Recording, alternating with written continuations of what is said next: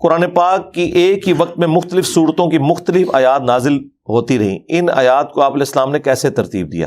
جی وحی کے ذریعے ترتیب دیا. آپ وحی لکھوایا کرتے تھے، بخاری مسلم میں آیا. اور مختلف اوقات میں جو کوئی آیات اس طرح نازل ہوئیں تو آپ کو حضرت جبرائیل علیہ السلام آ کے، صحیح بخاری میں آتا ہے کہ ہر سال دورہ قرآن کرتے تھے. اس وقت تک جتنا قرآن نازل ہوا نا تو نبی علیہ السلام حضرت جبرائیل کو سناتے تھے.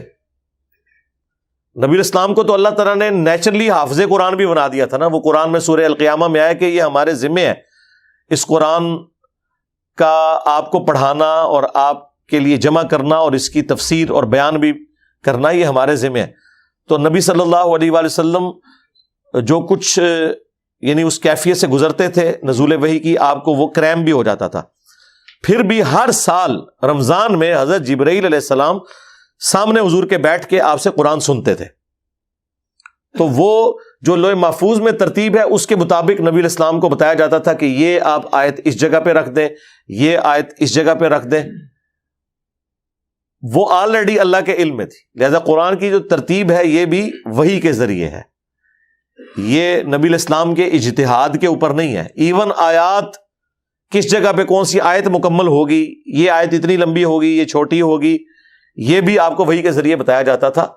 اور پھر بخاری میں یہ آتا ہے نا کہ جس سال حضور کی ڈیتھ ہوئی ہے اس سال 2 دفعہ حضرت جبرائیل نے دورہ قرآن کیا تھا. اس سے حضور نے جج کیا کہ یہ جو 2 دفعہ ہو رہا ہے نا، اس کا مطلب ہے یہ انشور کیا جا رہا ہے کہ قرآن اسی ترتیب میں ہے. تو اسی پہ پھر آپ نے سیدہ فاطمہ کو بلا کے یہ کہا تھا، جو ایک بات کان میں کہی، بخاری مسلم میں آتا ہے کہ وہ پھر رو پڑی اور پھر ایک بات کی تو وہ مسکرا پڑی. سیدہ عائشہ کہتی ہیں کہ حضور کی زندگی میں تو میں نے یہ نہیں فاطمہ سے پوچھا، لیکن نبی علیہ السلام کی وفات کے بعد میں نے سیدہ فاطمہ سے کہا کہ اس حق کے سبب جو میں تم پہ رکھتی ہوں، ظاہر ہے تمہاری ماں بھی ہوں، مجھے بتاؤ کہ نبی علیہ السلام نے تمہارے کان میں کیا بات کہی تھی. تو انہوں نے پھر فرمایا کہ پہلی دفعہ حضور نے مجھے بتایا کہ عنقریب میں دنیا سے جانے والا ہوں. ہر سال حضرت جبرائیل علیہ السلام ایک دفعہ دورے کے لیے آتے تھے، اس دفعہ 2 دفعہ آئے. مجھے لگتا ہے اب میں دنیا میں زیادہ عرصہ نہیں رہوں گا. اس پہ میں رو پڑی.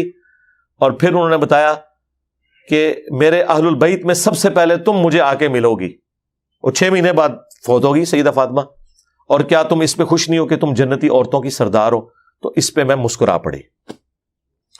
تو نبی علیہ السلام کو پہلے یہ بات پتہ تھی. لہٰذا قرآن کی جو ترتیب ہے، اگرچہ قرآن اس ترتیب میں نازل نہیں ہوا، قرآن سرکمسٹانسز کے اوپر نازل ہوا ہے. اور یہ قرآن کی وہ خوبی ہے جو تورات اور انجیل میں بھی موجود ہے. اس سے پہلے کبھی بھی کتابیں سلیبس کی فارم میں اس طریقے سے نازل نہیں ہوتی تھی. وہ پہلے سلیبس دیا جاتا تھا اور اس کے مطابق عمل کیا جاتا تھا. قرآن وہ واحد کتاب ہے جو سلیبس ہے لیکن سرکمسٹانسز کے اوپر. اگر غزوہ احد ہوا ہے تو غزوہ احد کے فوراً بعد سورہ آل عمران کی 60 آیات میں غزوہ احد کے اوپر کمنٹری آ گئی ہے. غزوہ بدر پہ کمنٹری آ گئی سورۃ الانفال کے اندر. غزوہ خندق کے اوپر کمنٹری آئی ہے سورۃ الاحزاب کے اندر.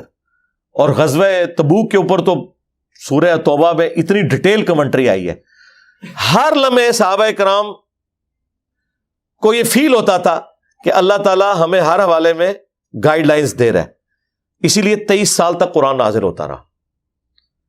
اور یہی وہ چیز ہے جو گاسپل آف جان میں موجود ہے اور اسی طریقے سے اولڈ ٹیسٹمنٹ کے اندر بھی موجود ہے نبی علیہ السلام کے بارے میں کہ اللہ تعالیٰ ان کے منہ میں اپنا کلام ڈالے گا. وہ اپنی خواہش سے کچھ نہیں کہیں گے، وہ وہی کہیں گے جو اللہ تعالیٰ انہیں وہی کرے گا. وما ينطق عن الهوى ان هو الا وحی یوحى. نبی علیہ السلام کی خصوصیت اگلی کتابوں میں یہ لکھی ہوئی ہے کہ یہ کتاب ان کے سینے کے اوپر نازل ہوگی. حضرت موسیٰ علیہ السلام کو تو تختیوں کی شکل میں دی گئی ہے. بہرحال یہ ایک بہت بڑی شان ہے. قرآن میں اللہ نے فرمایا لو انزلنا هذا القرآن على جبل لرأيته خاشعا متصدعا من خشیۃ اللہ. اگر یہ کسی پہاڑ پہ بھی نازل کرتے نا تو وہ پھٹ جاتا اللہ تعالیٰ کی خشیت کی وجہ سے. تو نبی علیہ السلام کے سینہ مبارک پہ مسلسل 23 سال تک یہ نازل ہوا. اور آپ کی بھی ایک خاص کیفیت بن جاتی تھی. بخاری مسلم میں ہے کہ نبی علیہ السلام کو سخت سردیوں میں بھی پسینہ بہنا شروع ہو جاتا تھا. آپ کے ناک سے جس طرح خراٹے کی آواز ہے یہ نکلنا شروع ہو جاتی تھی. اور جب آپ پہ یہ کیفیت طاری ہوتی تھی ظاہر آپ کو تو نہیں پتا ہوتا تھا، آپ کی مرضی سے تو وہی نازل نہیں ہوتی تھی نا. اچانک جب صحابہ کرام یہ دیکھتے کہ حضور پہ وہ کیفیت میں آپ جا رہے ہیں تو آپ کو ایک چادر اڑا دی جاتی تھی اور سب لوگ اپنی گردنیں جھکا لیتے تھے. نبی اسلام کو اس حالت میں وہ دیکھتے بھی نہیں تھے. اور پھر جب نبی اسلام نارمل پوزیشن میں آتے تھے پھر آپ علیہ السلام وہ آیات تلاوت کرتے تھے. تو یہ سب کا سب معاملہ اللہ تعالیٰ کی وحی کی تائید کے ساتھ چل رہا تھا. اسی والے سے وہ خبیث ایک تسلیمہ نسرین بنگلہ دیش میں جس نے کہا تھا کہ یہ تو صحابہ کرام نے خود ترتیب دے دی ہے، نعوذ باللہ. ایسا نہیں ہوا. نبی اسلام خود وہی لکھوایا کرتے تھے. حافظ قرآن کیوں تھے؟ حافظ اس وقت تک ہو ہی نہیں سکتا جب تک کہ آیات ترتیب میں ہو ہی نہ. تو حافظ کا کانسیپٹ ہی یہی ہے. پھر ریٹن فارم میں وہ جو کیا گیا وہ جمع ایک جگہ کیا گیا. سینوں میں تو صحابہ کے جمع تھا. وہ 700 صحابہ جنگ یمامہ میں شہید ہوئے، صحیح بخاری میں آتا ہے. تو حضرت عمر نے مشورہ دیا کہ اسے ایک ریٹن فارم میں اس طریقے سے ایک جگہ جمع کیا جائے. تو پہلے تو حضرت ابوبکر ریلیکٹنٹ تھے لیکن بعد میں انہوں نے ایگری کیا. اور اس میں بخاری میں آتا ہے ایک آیت ایسی تھی کہ جس میں حضرت خزیمہ بن ثابت انصاری کے پاس ہی صرف وہ ریٹن فارم میں ملی. زبانی تو یاد تھی، ریٹن فارم میں جب تک 2 گواہیاں نہیں ہوتی تھی نا اس کو اس ترتیب میں نہیں ڈالا جاتا تھا.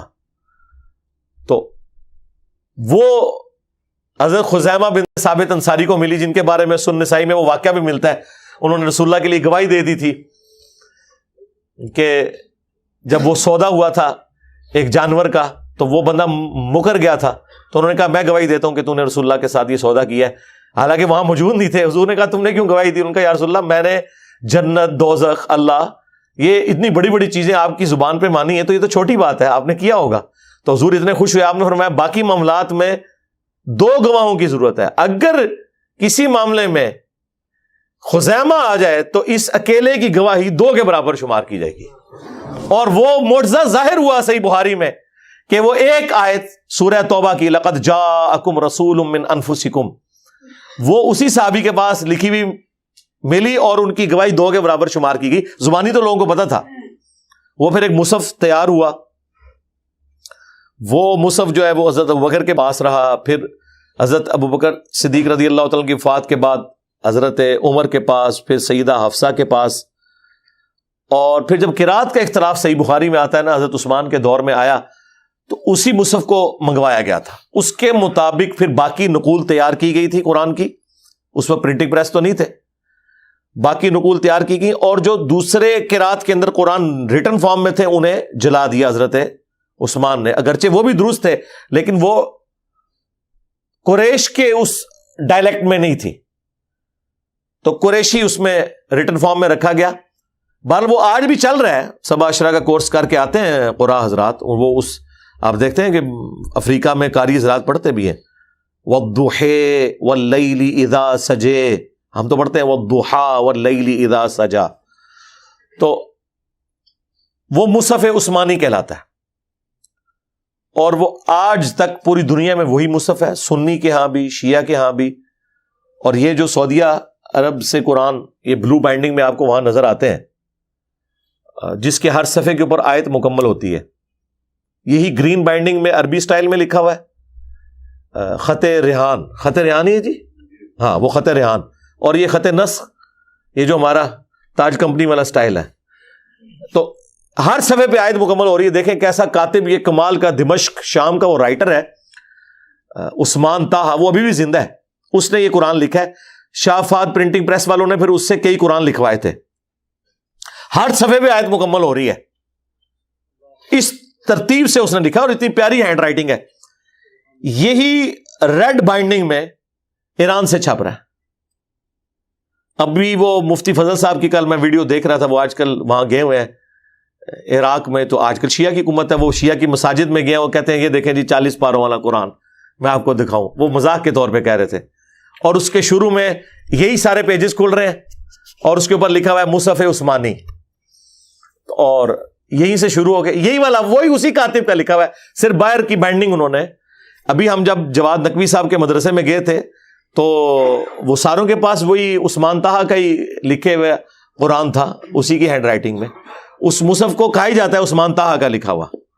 تو بس عوام میں مشہور ہے جی سنی اور شیعہ کا قرآن الگ ہے جی. وہ بکری کھا گئی، وہ بکری کھانے والی روایت تو سنن ابن ماجہ میں موجود ہے، روایت بھی صحیح ہے، بکری کھانے سے قرآن کیسے ختم ہو گیا؟ اگر قرآن کے صفات کوئی آگ بھی لگا دیتا ہے یا کسی دریا میں بہا دیتا ہے پرانے اوراق کو، تو قرآن کو ختم تو نہیں کوئی کر سکتا۔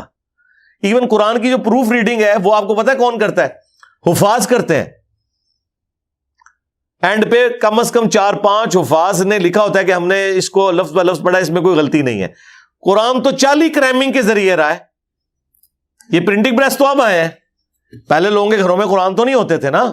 یہ تو اللہ بھلا کرے اجمیر شریف والوں کا انہوں نے پرنٹنگ پریس بنایا، ہاں، اور بغداد شریف والوں نے اس کی انک بنائی، تو آج قرآن اور یہ بخاری مسلم پرنٹ ہو رہے ہیں۔ اتنی بزرگوں کی خدمات ہیں، ہاں، کتنی نے گوریاں دی اور کتنی۔ تو پہلے تو نہیں لوگوں کے پاس یہ چیزیں ہوتی تھی۔ تو اب یہ ماشاء اللہ تعالیٰ یہ سارا سلسلہ شروع ہوا۔ تو سنی شیعہ کا قرآن ایک ہی ہے، اس سے کوئی قرآن ختم نہیں ہو جاتا۔ اس طرح کی روایتوں کی وجہ سے یہ نہ سمجھے کہ قرآن ختم ہو گیا۔ اور باقی جو قرات کا اختلاف ہے وہ بھی اسٹیبلش ہے، اس سے کوئی فرق نہیں پڑتا۔ یہ جو مصحف عثمانی ہمارے پاس موجود ہے، اسی کو فالو کریں۔